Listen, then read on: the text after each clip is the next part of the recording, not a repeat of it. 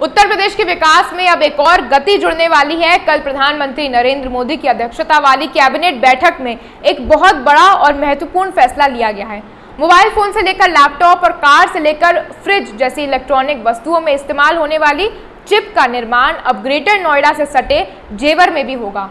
बुधवार को प्रधानमंत्री नरेंद्र मोदी की अध्यक्षता वाली कैबिनेट कमेटी ने इस निर्माण के लिए अपनी मंजूरी भी दे दी है और जेवर में दो कंपनी HCL और फॉक्सकॉन संयुक्त रूप से 3700 करोड़ रुपए से जो है ये सेमीकंडक्टर यूनिट लगाएंगी। इसमें 1700 करोड़ रुपए की मदद आपको बता दें सरकार की तरफ से इंसेंटिव के तौर पर भी दी जाएगी। सूचना और प्रसारण मंत्री अश्विनी वैष्णव ने कहा कि इस प्लांट में लगभग 2000 लोगों को रोजगार का अवसर भी मिलेगा। ये यूनिट HCL और फॉक्सकॉन के सहयोग से स्थापित की जाएगी। इसमें डिस्प्ले ड्राइव का निर्माण किया जाएगा और साथ ही इस प्लांट में हर महीने 3.6 करोड़ माइक्रोचिप बनाने की भी क्षमता होगी। डिस्प्ले ड्राइवर चिप्स यानी कोई भी डिस्प्ले हो, फॉर एग्जांपल आपके सामने एक लैपटॉप है, लैपटॉप का डिस्प्ले यानी उस स्क्रीन का जो ड्राइवर होता है, उस स्क्रीन को ड्राइव करने वाला, यानी उस स्क्रीन में क्या दिखेगा, किस पॉइंट पे क्या दिखेगा, कौन सा पिक्सल अप होना चाहिए, कौन सा पिक्सल डाउन होना चाहिए, किस में कितनी इंटेंसिटी होनी चाहिए, उसके लिए एक ड्राइवर यूनिट होता है पीछे।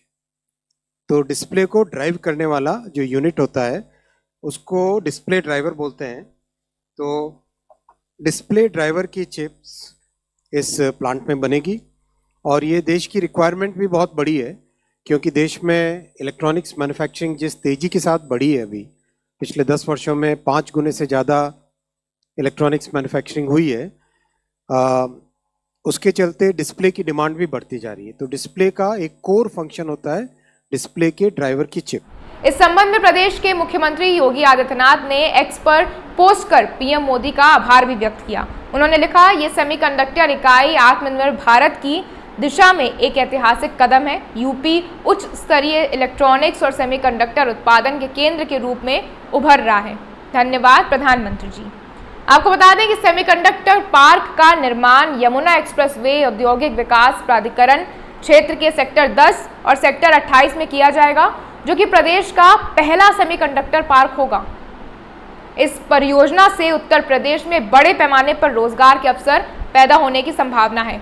सरकार का साथ ही ये भी मानना है कि ये पहल राज्य में इलेक्ट्रॉनिक विनिर्माण क्षेत्र को एक नई गति देगी और उसे राष्ट्रीय स्तर पर भी प्रतिस्पर्धी बनाएगी। सेमीकंडक्टर पार्क से जुड़ी कुछ अहम जानकारियां आपको बता दें कि यमुना एक्सप्रेसवे औद्योगिक विकास प्राधिकरण ने 2 सेमीकंडक्टर क्लस्टरों के लिए जो है जमीन को चयनित कर लिया है। इनमें पहला क्लस्टर जो है सेक्टर 10 में करीब 200 एकड़ क्षेत्र में विकसित किया जाएगा और जबकि दूसरा क्लस्टर सेक्टर 28 में 125 एकड़ में स्थापित किया जाएगा। अब इससे फायदे क्या क्या हो सकते हैं इस प्लांट के लगाने से, तो आपको बता दें कि सेमीकंडक्टर मिशन के तहत देश में पहले से ही 5 यूनिट का निर्माण कार्य प्रगति पर है। सेमीकंडक्टर फैब के साथ 3 सेमीकंडक्टर असेंबली यूनिट की स्थापना गुजरात में हो रही है। वहीं असम में भी सेमीकंडक्टर असेंबली और पैकेजिंग का एक प्लांट स्थापित किया जा रहा है। और अगर हम गुजरात स्थित प्लांट की बात करें तो इस साल से ही उत्पादन शुरू होने की वहां पर उम्मीद है। इस प्लांट की वजह से सेमीकंडक्टर निर्माण में इस्तेमाल होने वाले केमिकल्स के प्लांट भी इलाकों में लग सकते हैं। Mercury, lead, air liquid, INOX और कई अन्य केमिकल्स और गैस सप्लायर भारत में लग रहे इस सेमीकंडक्टर प्लांट के पास अपनी यूनिट लगा रही हैं। भारत में लैपटॉप, मोबाइल फोन, सर्वर, चिकित्सा उपकरण, घरेलू इलेक्ट्रॉनिक्स और रक्षा उपकरण जैसे आइटम के निर्माण में तेजी से सेमीकंडक्टर की घरेलू स्तर पर भारी मांग निकलने वाली है और ये भारत को आत्मनिर्भर बनाने का काम करेगा, क्योंकि अभी आपको बता दें कि भारत जो है पूरी तरह से चिप का जो है आयात करता है, यानी कि इंपोर्ट करता है दूसरे देशों से। वर्तमान में भारत चीन, सिंगापुर, हांगकांग, जापान और संयुक्त राज्य अमेरिका जैसे देशों से $2.38 बिलियन के सेमीकंडक्टर उपकरणों का आयात करता है।